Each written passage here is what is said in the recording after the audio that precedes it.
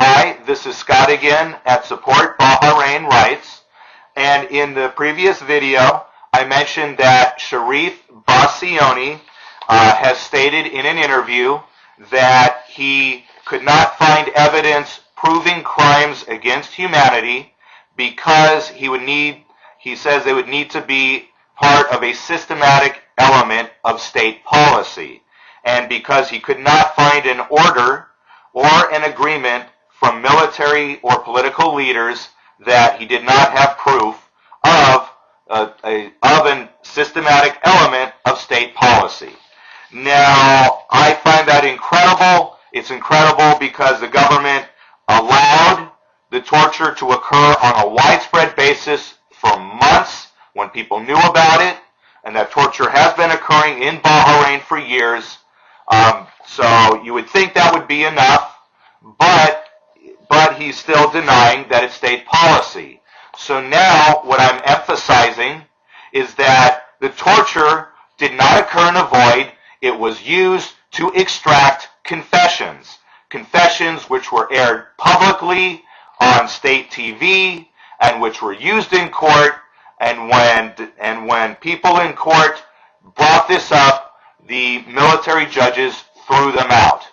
And we have many documented cases of this, and on top of that, enforced disappearances are also an explicit crime against humanity according to the Rome Statute of the International Criminal Court, and that was practiced as well. So you've got it explicitly, enforced disappearances, that is a crime against humanity, and then you have the overwhelming evidence with a prima facie case of it being widespread and allowed to occur, and with the active policy of using it in confessions publicly and legally. So, first report, first thing I'm going to refer to is the Rome Statute of the International Criminal Court. I have a link to it below, including a link in Arabic. Article 7. Article 7 states that torture is a crime against humanity if it is a widespread or systematic attack directed against a civilian population. And it also states enforced disappearances of persons are also a crime against humanity if widespread or systematically attacking a civilian population. And it defines enforced disappearances as refusing to give the whereabouts of people with the intention of removing them from the protection of the law. And it states that for an attack against a civilian population, it states that you need multiple commission of acts pursuant to or in furtherance of a state or organizational policy to commit such an attack. And you did have a state policy, and it was pursuant to a state policy, and it was in furtherance of a state policy. That is the use of torture to extract confessions, to air publicly on TV, and to use in court. And we have many cases of that. First document I'm going to refer to is Physicians for Human Rights. It's called Do No Harm. I have a link to that below. And on pages 22 through 23, they're interviewing people. They interviewed one person, let me see here, Ali. He says, let me see, small groups of armed men took turns in beating patients, and he said that armed men took patients' fingerprints and tried to extract confessions from the patients while being filmed on video. So not only are they violating the Geneva Conventions by torturing wounded patients, but they're actually filming the patients to extract confessions from them. Then it states, 5 days later, he was discharged. He was taken to a police station where he was beaten further. They released him the same day after he provided a false confession. Then you have another example They have, let me see here. They have a 24-year-old man. They said, let me see. He immediately after being discharged from Salmonia Hospital, they drove him to Adlaya Interrogation Center. He was beaten with fists and batons. And it said the police demanded a confession that he participated in the Pearl Roundabout demonstration. He attacked police with swords and received military training in Iran. They released him the same day that he confessed. So that's page 23 of Physicians for Human Rights Report. Page 24, and Ali Isa Sakir, and they describe all of the horrible wounds that he had.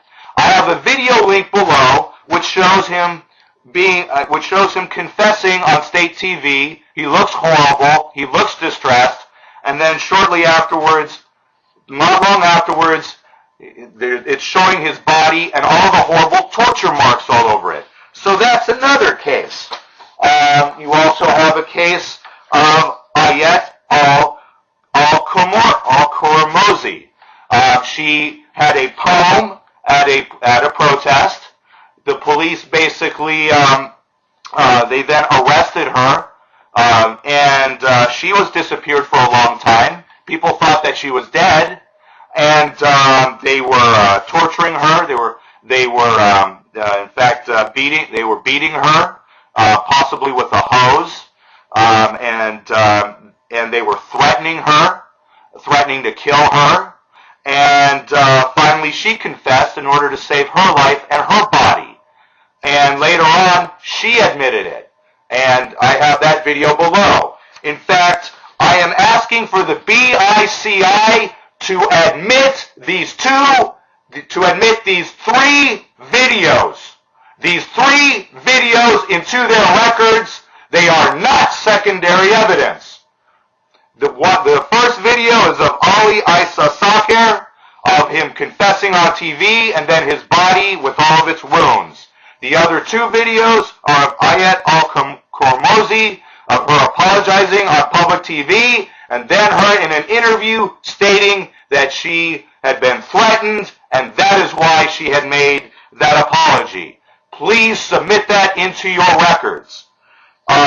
The next article we have here is Bahraini female doctors. They recount detention horror, and I have an article to that, and it says one person told the female doctor, it says, "I'll advise you that we will get you to say whatever we want, either by you saying it willingly, or we will beat you like a donkey and torture you until you say it," one female doctor said. So that is another case.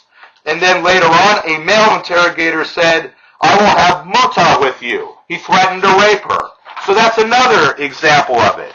We have Abdul Hadi al-Khawaja, and this was a case where they actually were trying to rape him.